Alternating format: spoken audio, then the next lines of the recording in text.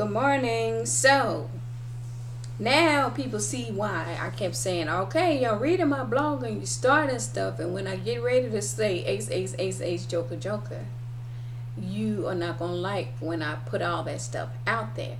Now everybody reading this, right, has probably been saying, what in the world is going on? It is where I say people got addicted to reading what I said. Can you believe she said that to her son? But here's the irony.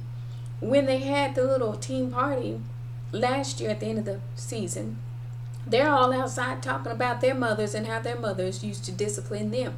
So it's almost ironic to me, right, when I heard some of them talking about how their moms whipped them with shoes and all kind of stuff, for them to be able to read some things that I said boo-hoo-hoo to my son and try to make it so drama.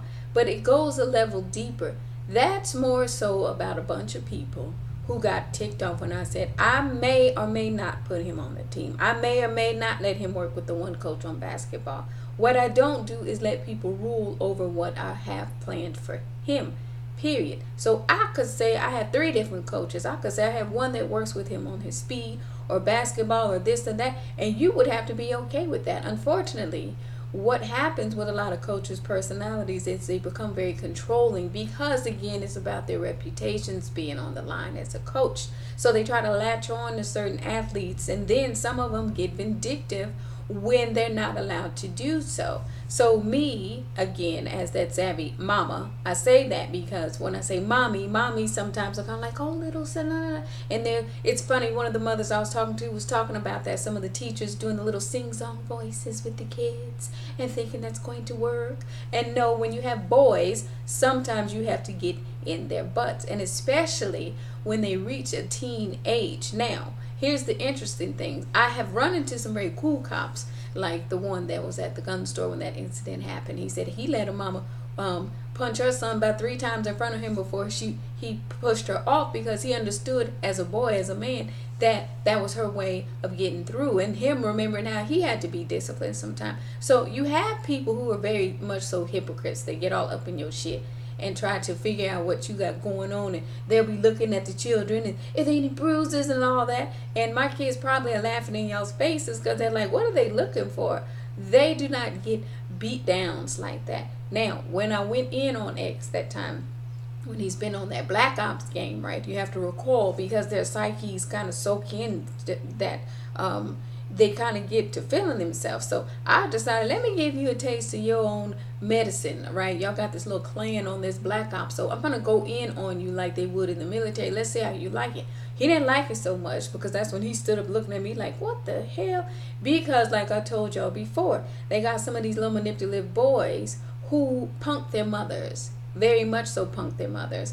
And sometimes you have the fathers that encourage the sons to punk their mothers. And then you try to do that and get that instilled in a boy like X who has a mama. Then I come in and guess what? I'm calling every last one of you guys out to say back up.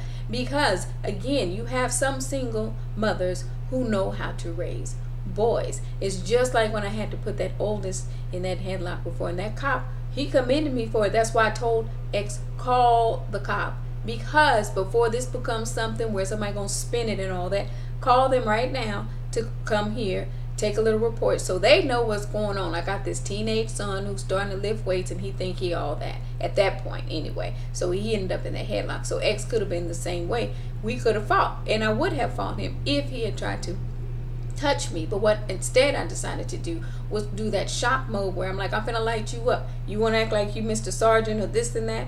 Guess what happens really in the military? They get in your face just like this. And I was this close to his face, and I went in on him. And then when he stood up and was like, oh, lying to me while I'm looking, now I'm finna get in you some more. And I'm like, you can get body slammed if you want to.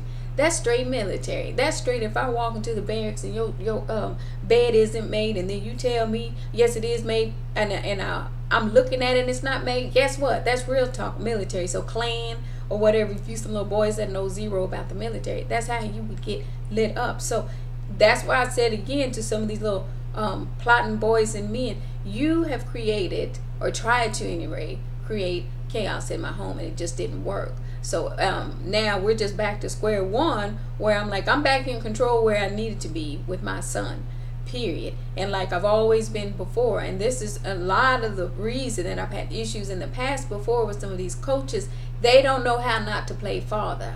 They can't just play coach. They got to start playing father. Why is he quiet? He's quiet because he's assessing the field like his coach, me, taught him to do.